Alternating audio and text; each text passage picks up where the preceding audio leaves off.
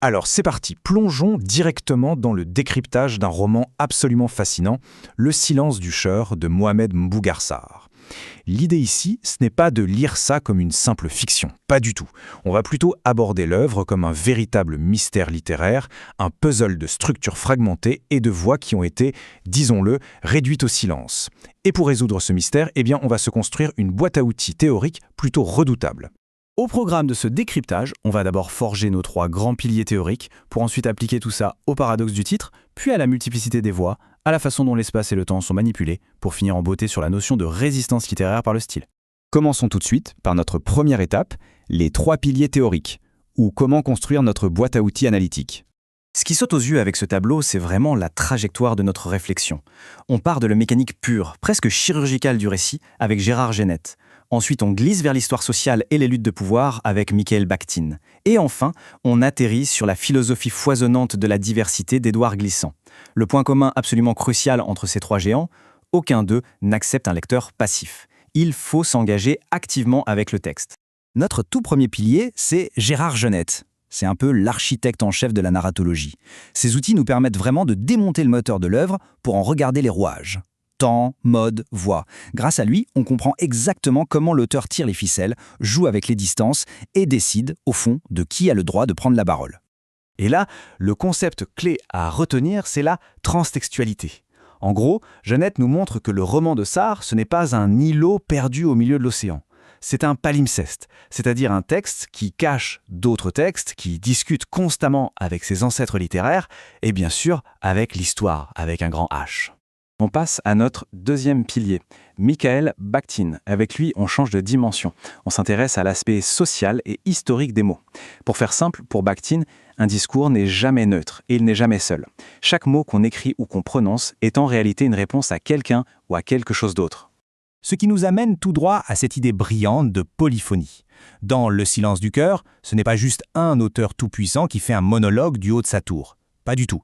C'est plutôt une chorale de voix complètement différentes, de consciences qui ont toutes la même valeur. Elles se parlent, elles se rentrent dedans, elles se contredisent, et c'est précisément de ce choc permanent que naît le vrai sens du livre.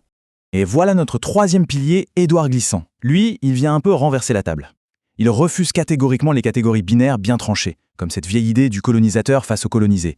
À la place, il propose la philosophie de la relation, une vision où nos identités sont fluides, toujours en mouvement, un peu comme un archipel d'îles reliées par la mer.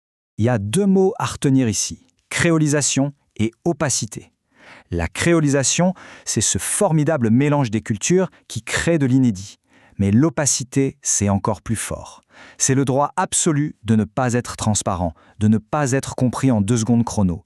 Et dans le roman, les personnages utilisent cette opacité, ce refus d'être mis dans des petites cases, comme une vraie arme politique et esthétique. Ce qui nous mène naturellement à notre deuxième partie, le paradoxe du titre ou l'exploration du paratexte.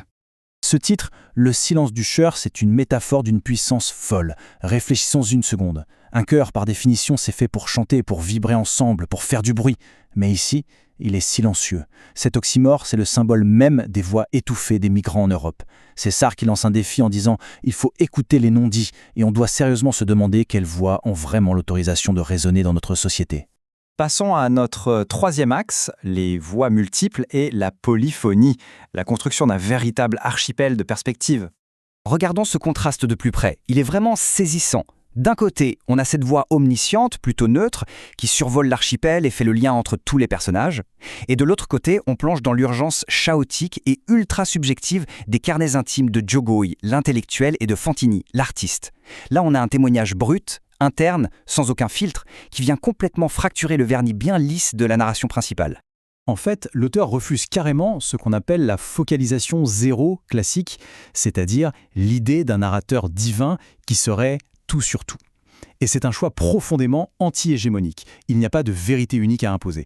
C'est même très carnavalesque, pour reprendre le terme de Bakhtin, puisque les rôles s'inversent sans cesse. Celui qui est observé devient soudainement l'observateur. Ça permet de garantir qu'aucune voix ne monopolise l'histoire si complexe de l'exil. Quatrième étape de notre décryptage, le temps, l'espace et la mémoire, ou comment naviguer au beau milieu du chaos de l'exil. Dans cette œuvre, l'espace physique, c'est bien plus qu'un simple décor. L'Afrique représente le domaine de la mémoire, un lieu parfois idéalisé à l'extrême par la nostalgie, mais aussi parfois durement critiqué. Et en face, on a l'Europe, l'espace de l'exil par excellence, un endroit rude, souvent muré dans le silence, qui engendre de terribles désillusions. C'est ce tiraillement permanent entre ces deux espaces de relations qui sculpte l'identité des personnages. Et si on ressort les outils de Genette, on voit tout de suite que le flux du temps lui-même est intentionnellement fracturé. La chronologie saute dans tous les sens, avec des flashbacks, il y a des trous, des ellipses narratives qui miment les pertes de la mémoire, sans oublier ce sentiment insoutenable de temps suspendu, cette attente sans fin dans le vide qui traduit avec une justesse folle à quel point la mémoire d'une personne en exil est fragile et décousue. Ce qui nous amène à notre 5e et dernière grande partie, le style et la résistance littéraire, ou quand la forme devient littéralement le fond. Le vrai cœur de la résistance littéraire ici, ce sont ces fameuses fugues de style. Le roman refuse catégoriquement de s'installer confortablement dans un seul registre.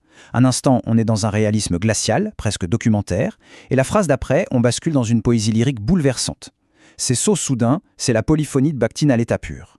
Le choc des cultures et le rythme frénétique de la migration se font ressentir jusque dans la structure même des phrases. Et le plus fascinant, c'est que même la ponctuation entre en résistance. La syntaxe devient elle-même un espace de dialogue. Les points de suspension matérialisent physiquement le gouffre des non-dits. Les points d'interrogation hurlent un doute existentiel insupportable. Et parfois, d'un coup, plus aucune ponctuation. Le texte déborde d'émotions, comme un torrent. Ce sont les traumatismes et les traditions orales qui refusent net de se plier aux règles bien sages d'une écriture standardisée. Alors pour conclure ce décryptage, on doit vraiment se poser une question essentielle. Si on utilise cette boîte à outils hybride avec la précision chirurgicale de Genette, la conscience sociale de Bakhtin et la fluidité philosophique de Glissant, comment est-ce que ça peut profondément métamorphoser notre façon de lire tous les autres récits d'exil à l'avenir ? C'est une réflexion fascinante à garder en tête et qui nous rappelle de manière poignante que bien souvent, le silence résonne beaucoup plus fort que n'importe quel discours.